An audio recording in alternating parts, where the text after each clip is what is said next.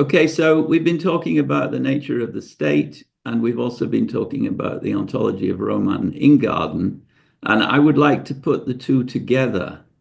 So Ingarden has this idea that a literary work is made not just or not at all of marks on paper, little piles of ink.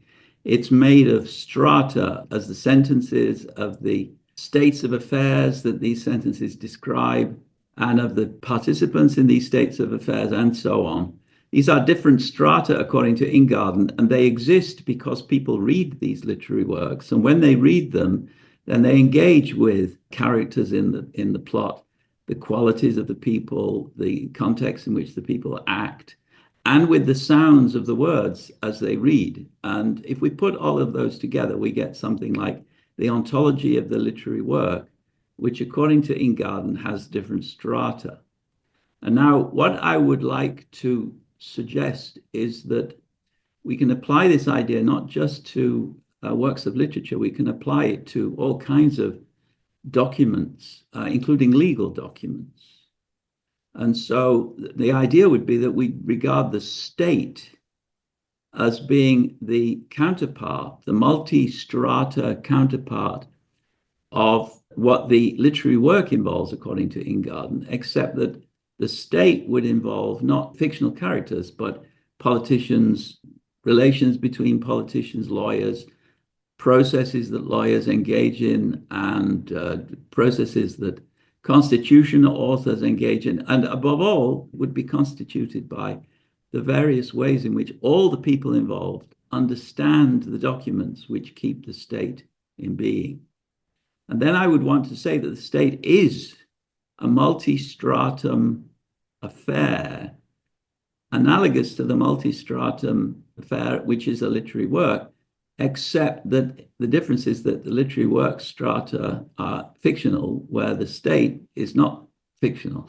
And now I want to suggest another analogy. So Ingarden talks about different kinds of literary work. So the literary work of art, according to Ingarden, has four strata: the word sounds, the sentences, the structures described by the sentences, and the aspects in which the fictional characters are presented.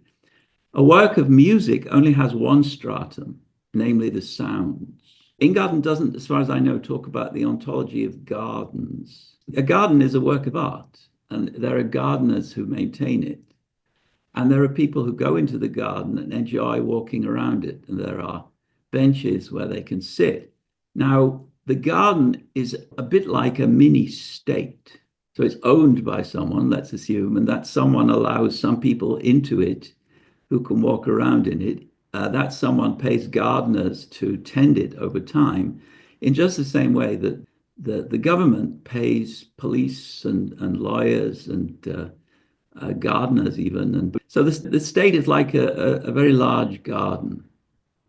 I like the analogy. I think a couple things to add here. One is the state is similar to a garden. There are many layers of complexity to add.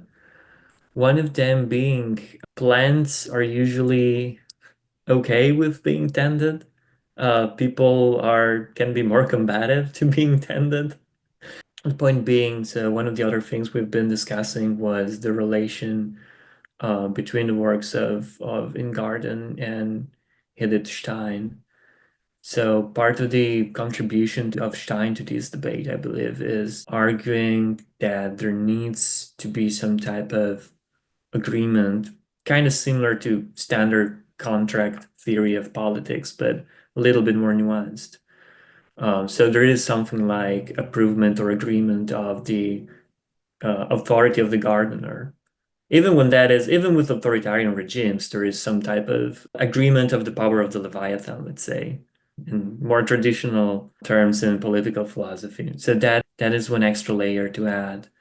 I think regarding Ingarden, the other the other interesting point to be made here is his theory of how this type of entities, such as the work of art, are partially indeterminate. So the complex picture that we're drawing here is one where the actions that you refer to of the people or keeping up with the garden, the actions of the gardener, the processes of growing of the plants, and of the people walking through the garden. All of that together give rise to more and more details that constitute a complex history of something that is not just growing, but with the state, at least, is becoming more and more determinate.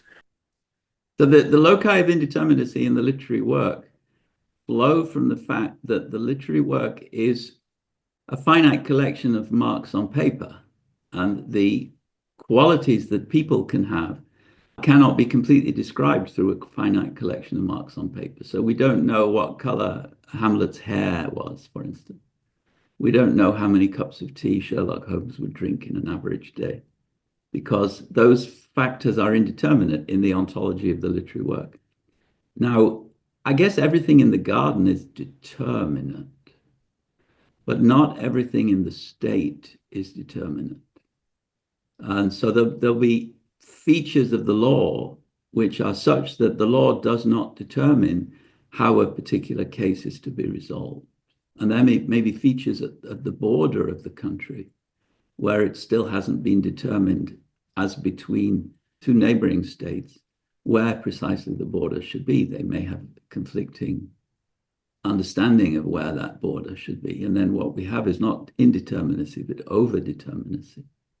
We have too many accounts of where the border lies, where we should only have one.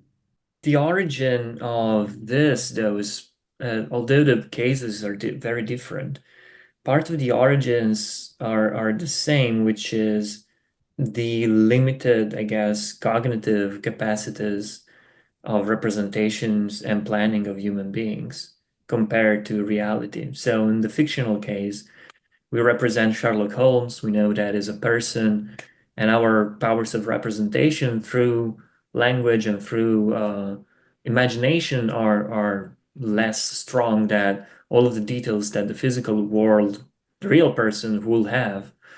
I guess similarly, a law or like a command or regulation ends up being by necessity less determined and less Yeah. complex than what things happen in the real world, right? So obviously all laws are not able to completely cover all possible cases. That's why we have a whole judiciary system that is supposed to make and concretize, I think, again, in Ingarden's sense, those areas in the law that are indeterminate.